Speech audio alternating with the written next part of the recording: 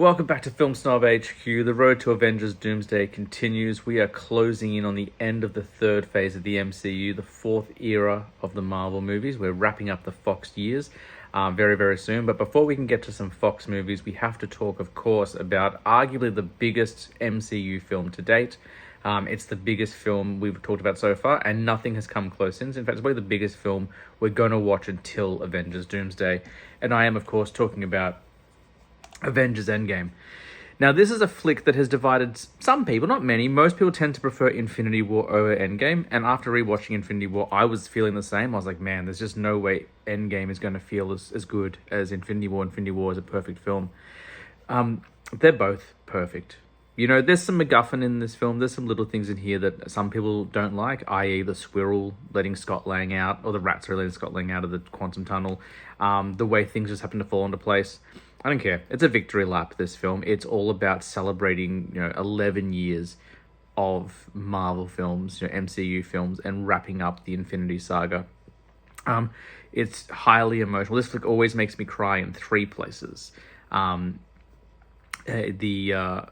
alert, the death of Tony Stark, the reunion of Steve Rogers and Peggy Carter, and Happy giving cheeseburgers to Morgan Stark. Those three moments make me cry as well. Often, Spider-Man hugging Tony will also make me cry. I'm a big old mess for this film. It's really kind of three separate plots, all kind of wrapped into one. The first plot being getting everyone home in the aftermath of Infinity War, kind of finding out what happened to the stones and moving on. The second part of the film is the time travel element, going back in time to find the stones, and then the final part is just that massive battle. For a 3-hour movie, this flick moves. It never slows down. It never feels boring. It's got wonderful emotional beats. The action is incredible. It plays with the past quite a bit, so we get to relive our favorite moments and some of our not so favorite moments, and I guess augment them and make them feel better. So like the Battle of New York, we get to return to, and we find out that the Ancient One was there. That's really cool. We go back to Thor: The Dark World, which I've talked about a few times being most people's least favorite. I really like it. But this film legitimizes it. We get a reunion with Frigga. We get a reunion with Mjolnir. We get the return of Jane Foster. And then, going to Vormir. Vormir's, we went to him previously in Infinity War, but we're back at Vormir. And we go back to Morag as well from Guardians of the Galaxy. There's a lot of fun to be had. It's just kind of an outstanding achievement, just getting all these characters together. It's not a surprise to me that people say the movies haven't been as good since Endgame. I don't know if any film has lived up to the hype of Endgame, but I don't think it's been a downward trend since Endgame. But it's such a huge movie. It's 3 hours long. It has pretty much every character. Like Howard the Duck's in there, Korg's in there, Meek's in there. Like all these little characters, like Harley from Iron Man 3's in there. Like there's so many like little kind of tiny characters that had little cameos or appearances throughout the earlier films that just show up. Nothing was going to come close to it, but that doesn't mean everything since Endgame is garbage or bad. It's just, this is a celebration film. This is an event film. And that's what people need to remember. Like, Shang-Chi was never going to be as good as Avengers Endgame because Shang-Chi is an origin story to a character most people haven't heard of.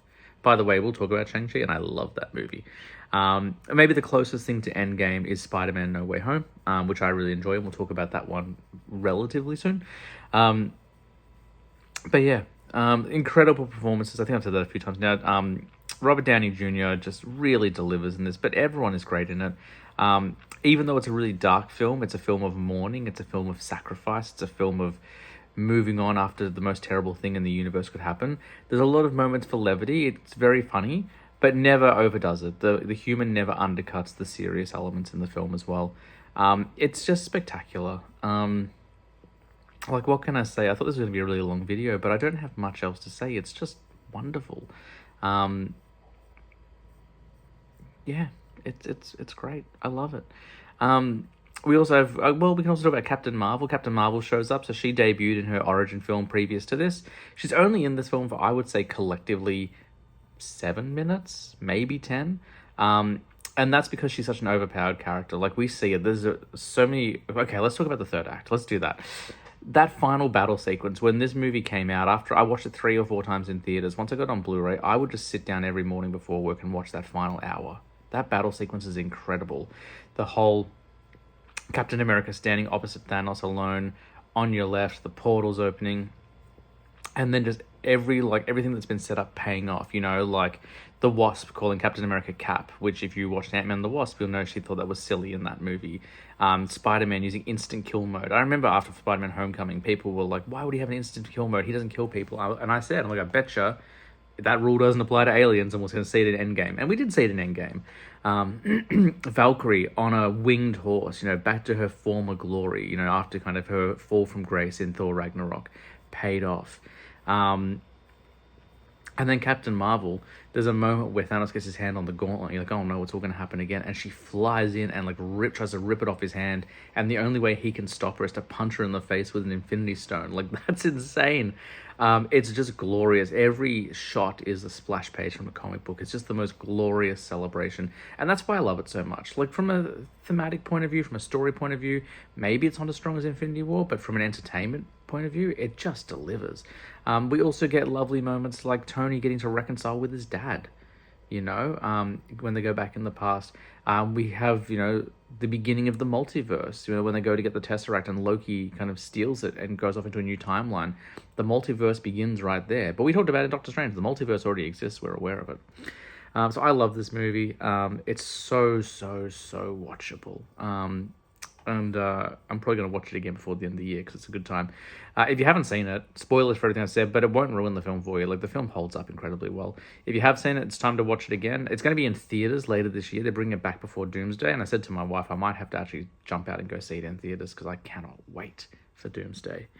There's no new characters in this movie, so I've talked about who's going to return, and we're going to do a big wrap-up after I finish all the videos about who I think is going to Doomsday and Secret War. But that's it. Next up is X-Men Dark Phoenix.